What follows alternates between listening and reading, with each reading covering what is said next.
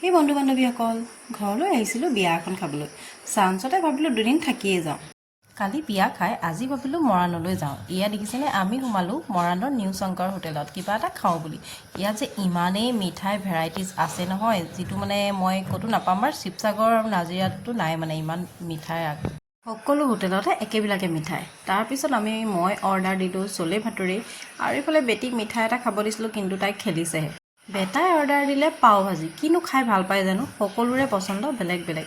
আৰু এইফালে বেটিয়ে মোৰ থালিখন টান মাৰি ল'লেই, কিন্তু অলপ জ্বলা আছিল বাবে খাব নোৱাৰিলে। আৰু পাপাও গৈছিলে, পাপাই দিলে দহি বৰা, দেখিবলৈ ধুনীয়া লাগিছে নহয়নে।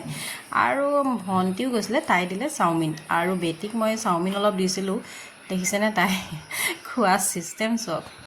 মাহীয়েকৰ ঘৰলৈ আহিলে ইহঁতকেইটাই অকল খাবলৈকে আহে, মানে বেলেগ বেলেগ যি লাগে আৰু মাহীয়েকহঁতক ক'ব আৰু মাহী এইটো বনাই দিয়া, এইটো খাওঁ, আৰু সকলোবিলাক কাম শেষ কৰি ঘৰলৈ উভতিলোঁ আৰু ব্লগটো ইমানতে সামৰিছোঁ।